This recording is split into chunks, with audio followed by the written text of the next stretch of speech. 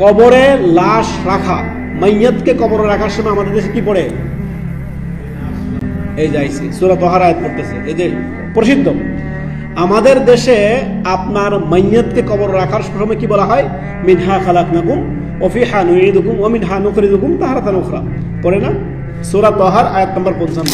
মিনহা খালাকনাকুম ওয়া ফিহা নুঈদুকুম ওয়া মিনহা নুখরিজুকুম, এই মাটি থেকে তোমাকে সৃষ্টি করেছি, আবার এখানে ফিরাবো, আবার ওইখান থেকে তোমাকে উত্তোলন করবো, আল্লাহ তাআলা বলতেছেন। এটা তো আর কবরে রাখার দোয়া না।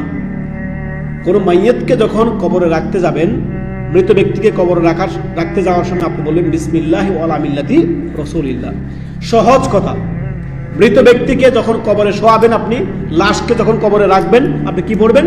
বিসমিল্লাহি ওয়া আলা মিল্লাতি রাসূলিল্লাহ, অর্থাৎ আমি তোমাকে রাসূল সাল্লাল্লাহু আলাইহি ওয়াসাল্লামের মিল্লাতের উপরে ছেড়ে দিলাম, বা বিসমিল্লাহি ওয়া আলা সুন্নতি রাসূলিল্লাহ সাল্লাল্লাহু আলাইহি ওয়াসাল্লাম, রাসূলুল্লাহ সাল্লাল্লাহু আলাইহি ওয়াসাল্লামের সুন্নতের উপর, তোমার আদর্শের উপর তোমাকে ছেড়ে গেলাম। অতএব এটা হচ্ছে মৃত ব্যক্তিকে কবরে রাখার দোয়া।